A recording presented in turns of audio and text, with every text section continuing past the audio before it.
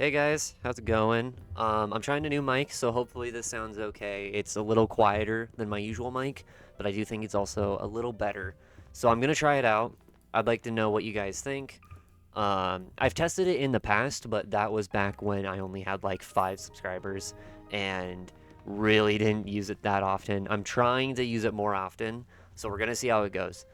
Um, so this video was something that I wanted to make earlier in the week because I had spring break. It was a great time to be making videos, and then work kind of screwed me over with half my days, and then a lot of drama started coming up with Forsaken, as well as Pressure, as well as a couple other Roblox things going on. So I decided to kind of pump the brakes for a second, and then also I just wasn't really happy with my original script. So I kind of put a pin on that. I let things kind of simmer down, and now I'm back. So originally what this video was going to be was it was going to be like a kind of half scripted 45-ish minute video going over everything PC2. So every monster in the game, every survivor thing in the game, every map, everything. And the more I started talking about it, it didn't really click. It wasn't really my thing. Like I said, I don't like scripted videos. I don't like the idea of scripted videos in my type of content. I don't think I'm a scripted YouTuber or video maker in general. I don't really care to do that stuff. I care to sit down, yap a whole bunch after work with the 2 hours or so I get after work to yap, and that's it. So rather than have a 40-minute video talking about that and going over everything, what I decided to do is basically break it down to 5 key things I think Pillar Chase 2 really needs in order to become the perfect game. I want to stress this. I think the game is already in one of the best states it's been. It's very, very good where it is right now. And I do want to commend the dev team before I even get into anything about how amazing they've done with this game. I think it is one of the best asymmetrical horror games you can play right now on the Roblox platform, and almost in general, I think it is one of the best asymmetrical horror experiences you can get. So if you're looking for asym horror, I think this is a great place to go. It's really good in terms of survivor gameplay. I think is at one of its peaks right now, partly because the mask is not there. Monsters feel really good right now. There's only a couple, I think, that don't feel that fun, and I will be going over some of those in this video. I think maps overall, there's a very diverse pool right now, and they're, for the most part, pretty okay. So, lots of reasons to grind out the game. I know a lot of people who like grinding this game and have sunk in thousands of hours into this game. So, really cool to hear that, and what I'm trying to do by this video is not be a negative prick. What I'm trying to do by this video is kind of find things that I know this game can improve on because I've seen that this game can do better with it. So I'm going to go ahead and get started with the Yap Fest. If you have anything else as well, I'd definitely love to hear it, and that's why there's a comment section. So I would love to hear it. I'll try to respond when I can. I'm going to get really busy though, so I'm sorry if I don't respond to all of y'all, but let's do this. So first one that I have on here is talking about monster releases and the rate at which monsters have been being released. I know a lot of people don't really look into analytics, but I love numbers. I love analytics. I know last video or a couple videos ago I said that a little too frequently, so I won't say it as much, but I really like analytics. I like details. I like knowing what's going on behind the scenes. It's something that, some people don't like about me, but I like to dig. I like to get into the nitty gritty. And one thing that I saw while kind of doing some research is that, especially recently, monsters have been getting pumped out at a very, very fast rate. If you don't know, the average, like within this year, right, in the 3 months that we've been playing Pillar Chase in 2025, there have been three, almost 4 monsters. It's between 3 and 4, and Inkfell's like right there as well. So, lot of monsters, less than a month between releases is what I'm getting at here. There are literally characters who were 2 weeks apart between releases. So, kind of insane in terms of the rate at which monsters are being released within this game. So, for reference, okay, and this is based on the wiki, so if, If this is wrong, don't blame me. Didn't blame the wiki. Um, so according to the wiki, right, PCX released in December 22nd of 2024 to the game. And this was at the initial form, right, before any of the reworks, December 22nd. Jeff was January 24th. So about a month between monsters, which I would say is pretty reasonable, okay? So remember that. Valem came out officially February 9th. That's like 2 weeks, 2.5 weeks, something like that. That is insane, right? 2.5 weeks between two monsters. Now, if we get into Stricken, right? February 28th, like 3 weeks. So what I'm kind of getting at here, and this is going to be my first major point, we need to slow down on the rate at which monsters are coming out. And I'm not saying that because the monsters are bad. I actually think that Jeff, Valem, and Stricken are all amazing additions to the cast, right? I know a lot of people who adore Jeff as a killer. I know a lot of people who adore Valem as a killer. I'm actually one of them. I recently got into Valem a lot more, and I love it. And I know a lot of people who like Stricken as well, even though he's kind of in a weak state right now. Kind of. He's a lot better now, but still. The problem, I think, is not that it's terrible. I do think, again, the monsters are great, but the problem that we're noticing is that the new monsters kind of release with a very low amount of content. I mean, Valem just now, I think, got 3 or 4 legendaries. Let me double check on that, but he didn't have a lot of skins on release, and right now he only has 4 legendaries, which is better than where we started. When we started, we only had 2 legendaries to unlock for Valem, right? Which is kind of insane. If we go to Jeffrey on here, he has only 2 legendaries, but he also has 2 ancients. But again, so in total only 4 like high tier skins for the characters. If we go to Stricken, we only have 4 legendaries, and I know a lot of people who would probably even say that the epic skins are better than the legendaries, which is probably not that great. I mean, that means that whoever modeled the epic skins should feel really, really damn good about themselves. But at the same time, that usually means that something's going on with the legendary skins that might want to be looked at. But overall, I just think that we need to be looking at some of the older monsters, cleaning them up a little bit. And that could mean slowing down a little bit on the releases. I know it's really nice to get new content every 2 to 3 weeks, but that's also a lot. That is a very tight schedule. I've seen a lot of games die because of trying to pump out so much content so quickly just to keep a game alive. This game should not do that. This game needs to limit its releases, and it needs to make those releases as polished as can be. And I think that in the current state, is it fine? Yes. But down the road, long term, I can already see the 2 to 3 week release schedule absolutely biting them in the butt. So 1 to 2 month releases, get some more skins, especially legendaries. Get some good legendary skins in the shop for a character. I think a character honestly should be releasing with at least 3 legendaries. I think that's my personal opinion. Might be a hot take. I think they should be releasing with at least 3 legendaries, because that's what most people are going to be looking at, are the legendary skins. Maybe not an ancient skin, but at least a legendary. 3 legendaries is a really good starting point in terms of content for a monster on release. And I think having a little bit of more time, which we have been seeing lately, so I'm really grateful for that. The fact that they have slowed down a little bit right now, I think they're looking a lot at custom ability for ancient skins and then upgrade reworks. I'm really glad they slowed down and started looking at that stuff. And that's what I want them to do a little bit more. There's going to be another point where I really hone in on this, but I'm really glad that they're doing that. Just taking a little bit of time to stop pumping out a bunch of content really quickly and instead take a week or 2 to clean things up first so that that can release on side with new content. Have some new content. Great. We love content, right? Games love content. Gamers love content. But gamers also love good content and cleaning up old content, right? So having that time frame, and I think some other things with that is like adjustments to certain characters. I know a lot of people don't like Rosemary right now. She's probably one of the least played monsters in the game right now. Um, just because of the fact that she's kind of clunky. She's not really fun to play.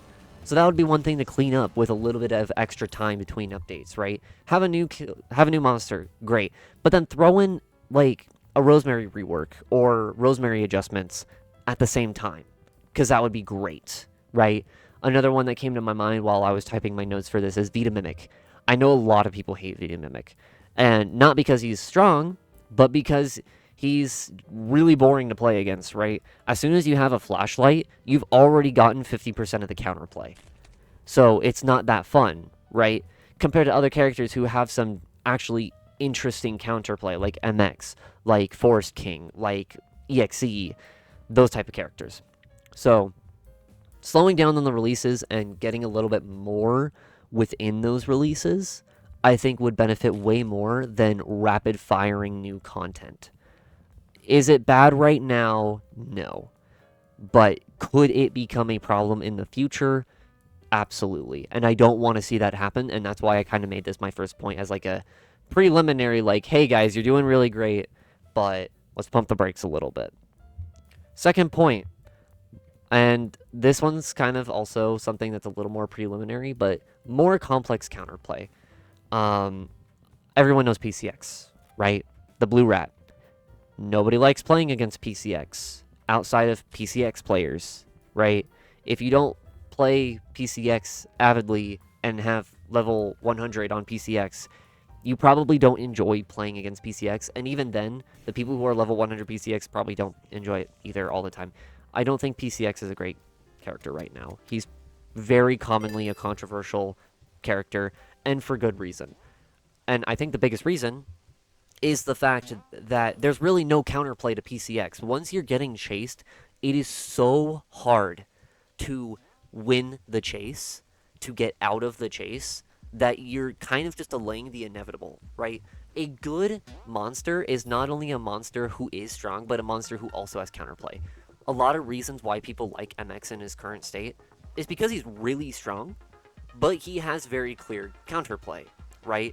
A player who is good at managing stamina, a player who is good at managing the map and being able to go around the dashes or around the stomps, like, they know how to counter MX.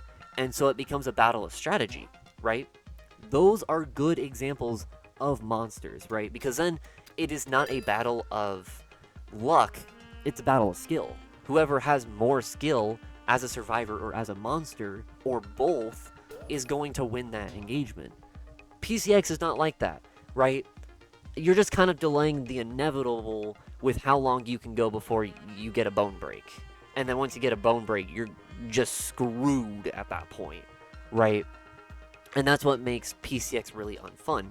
So having more complex counterplay in monsters is very critical to determining if a monster is fun or not.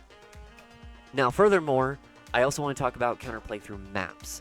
Recently, maps have done a really, really good job at one specific thing, and that is having more ways to make engagements and chases interesting, right? Look at my world. The springs on the map are very unique, and yes, they can be a little bit abusable, but they make it way more interesting than just run down hallway, turn corner, run down hallway, turn corner, evade attack, run down hallway.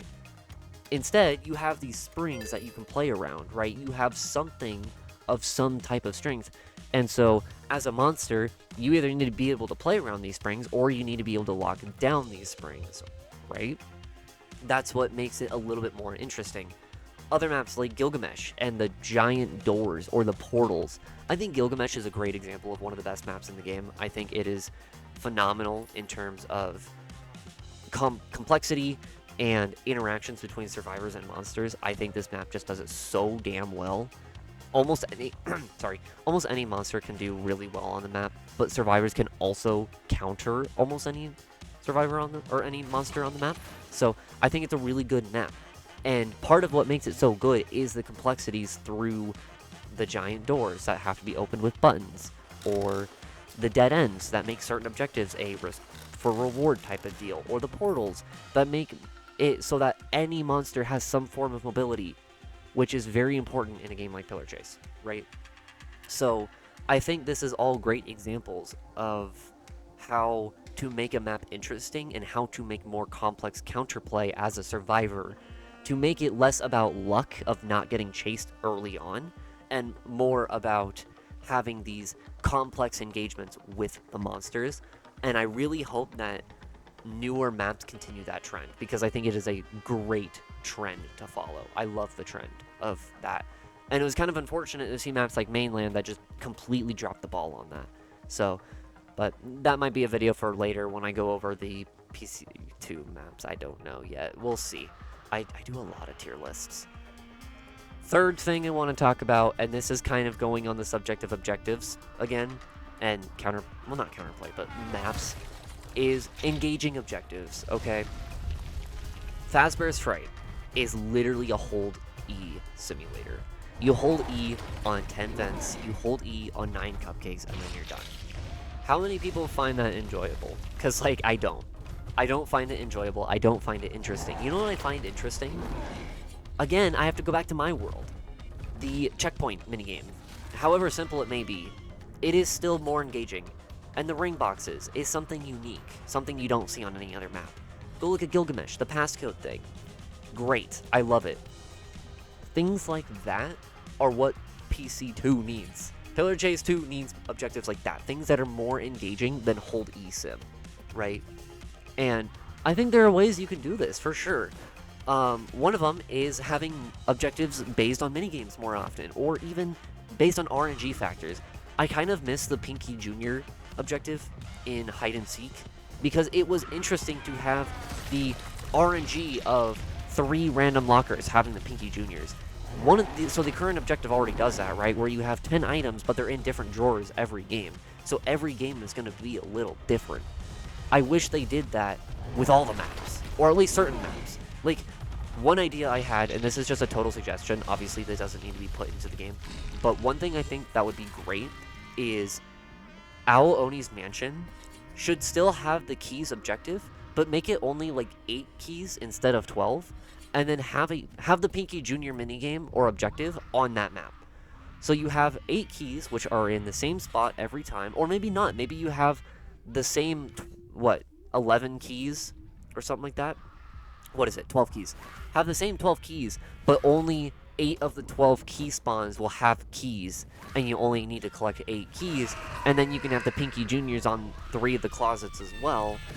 I think that would be way more enjoyable compared to what we have right now on that map, which is just 12 keys in the same spot. Go find them. Good luck. You know, it's not fun. Oni's Mansion already blows the play on, and the objective doesn't help that. So having something like that, I think, would benefit the game exponentially, like literally exponentially.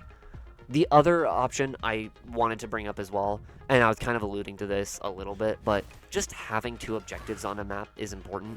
Maps that only have 1 objective are so boring, right? Oni's Mansion, again, there's only 1 objective, and it's the same 12 key spawns every time, which is just holding E. It's not fun. It's not enjoyable. Why is this a thing? Fazbear's Fright has 2, but it's just hold E, so it's not that fun, you know? Switching it up a little bit helps, just that little bit, you know? And I tend to notice that any map that has 2 objectives is infinitely better than maps that only have 1 objective. Like, wow, no kidding. You know what I mean? So I think it's also important to at least have 2 objectives on every map for survivors to have multiple things they can do. And it's important for those things that they do to be engaging, not just be the same thing every single time you play the map, because those drastically decrease the quality of those maps. Fazbear's Fright, Oni's Mansion, I would even argue the Joy of Creation, kind of loses a lot of value from having the same thing over and over and over again. And they're not that fun to do, right? So, kind of loses out in that department. So, 4th thing, this one is just like personal preference, so this is completely up to you, but we need something to improve game modes, right? First off, Wadi O'Clock is awesome. I love Wadi O'Clock when I get it. Wadi O'Clock is so infrequent, it actually just never shows up. I think I've played Wadia Clock a grand total of 3 times in my entire grind for every character to get silver. Why? It's such a fun game mode, and your monster chance doesn't get impacted by Wadia Clock. So you're not losing out on anything. Why is it not more frequent? Like, in my opinion, Wadia Clock should at least be, like, once every 15 to 20 rounds. It should be something that you are getting rather frequently as a nice break from the same things over and over again. Especially if you get the, like, those lobbies where you get 5 PCXs or, like, 5 Jeffs. Dude, give me something different. Wadia Clock would be a nice, just, like, 5-minute break from all that garbage, where you can just have a fun game mode as Fawadi, and then you can go right back as soon as you're done. I don't care. Just let us play something different every now and then, more often. Not this, like, once every 50 to 100 stuff. No, like, make it once every 20. Now, on top of that, I see a lot of people, especially lately, who will completely dodge Double Trouble. Make more incentive to actually play Double Trouble. I had a lobby that had 15 people. I think it was 15, 14, 15. Whatever the maximum was, we were at that maximum. So I think it was 15. And we got Double Trouble, right? And I swear to God, when we started that round, out of the 15 people that were in that match, 6, including the monsters, actually played the Double Trouble round. So out of 15 people, there were only 4 survivors. Well, out of 13 survivors that could have potentially played, there were only 4. You know how sucky that feels? So that means that, on average, someone who spent so much time getting their monster chance high to finally play monster gets 2 kills. That's it. You know how little 2 kills is? There's no point in playing Double Trouble if that's what's going to happen. You know what I mean? So there needs to be more incentive as both a survivor and a monster to play on Double Trouble. Like, give more XP to monsters, or have them share XP on Double Trouble, and as a survivor, give them double monster chance for playing on Double Trouble, or something like that. Give them more incentive to play it, because I swear to God, half the lobby dodges Double Trouble so often, like way more often than it used to. Please give us a reason to play Double Trouble, because right now, 10 stamina is not a reason to play Double Trouble. It really isn't. And then, okay, last thing, and this is going to be, like, my big takeaway. Like, if there's one thing to take away from this video, it's this. We need a Band-Aid patch, okay? And what I mean by that is we need a patch just dedicated to bettering the health of the game, okay? We've gotten a lot of content recently. A lot of content recently. Like I said, 2 weeks, 3 weeks, we were getting monsters, right? We need to take some time to just rework certain monsters, like Rosemary, like PCX, like Vita Mimic. Rework certain maps, like the Forest, which I know is already being reworked. Maps like Fazbear's Fright, make more engaging objectives. Maps like Oni's Mansion, just make it fun. So, having time to rework those maps. Having time to do what they're already doing with upgrades being improved, and maybe even items as well. Certain items could also maybe be improved a little bit. Improving game performance. I know a lot of people who complain about hitboxes and server latency, and while I don't agree on the hitbox aspect of it, I do agree on the server latency. This game suffers from very frequent issues of lag, to the point that you will feel like you're getting hit way too often, especially when they're like 10-15 feet behind you, you somehow get hit, right? So, and that's not a hitbox thing, that's actually a server latency thing, and that's on Roblox's end mostly, but there are certain things that I think could also be done as a dev to try and balance that a little bit. I also notice I get a lot of moments where the game will lag for like 1 to 2 seconds, and so my timer gets thrown off. I don't know why this is, but it happens really weirdly frequently, and so it makes it kind of hard to play the game sometimes. So having a period of time to make a patch less focused on releasing a butt ton of content, like skins, like monsters, all that stuff, and just taking like that time to better the health of the game by those reworks, by those improvements, all those things, I think is something that could really make the game stand out by being a very healthy game. Because like I said at the beginning of this video, I think that the game is in a really good state right now. I don't think it's in a perfect state, however. And obviously it doesn't need to be perfect, but I think it can get very, very, very close.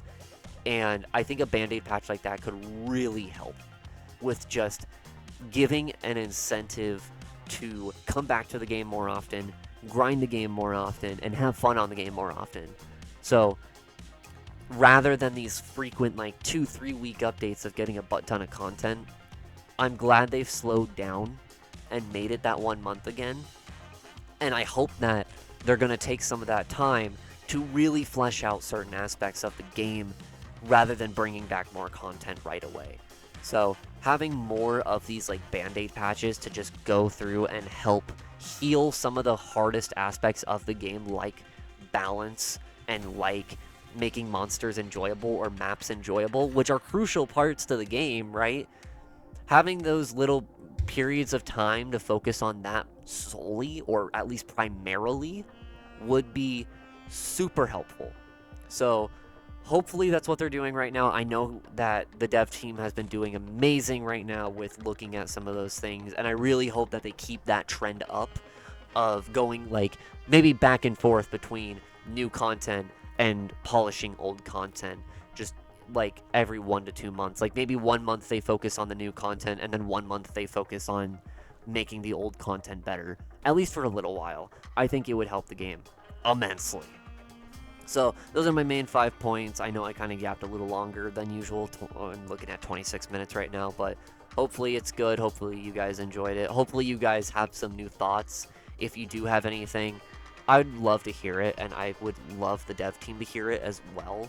Just to kind of, you know, have that discussion, have like the discussion of how we can make the game better, because I think they've done a phenomenal job. Like I've said, I think this is one of the best asymmetrical horror games that you can play right now. It's fun.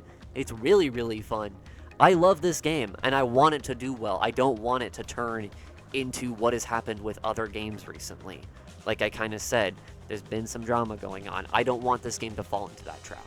So I would rather be able to suggest certain things and have other people have their thoughts heard as well, so that maybe we can see a better game. So if you guys did like it, please, you know, comment what you think. I always love to hear those things, and I don't really care about the likes or dislikes. I just like to hear you guys. So really, more than anything, above all the likes or the subscribes, I just like to hear your comments. I like to hear what you guys think, and I will try to get back to them as much as I can. Thank you so much for listening if you made it this far. I hope your day is wonderful, and I'll see y'all later.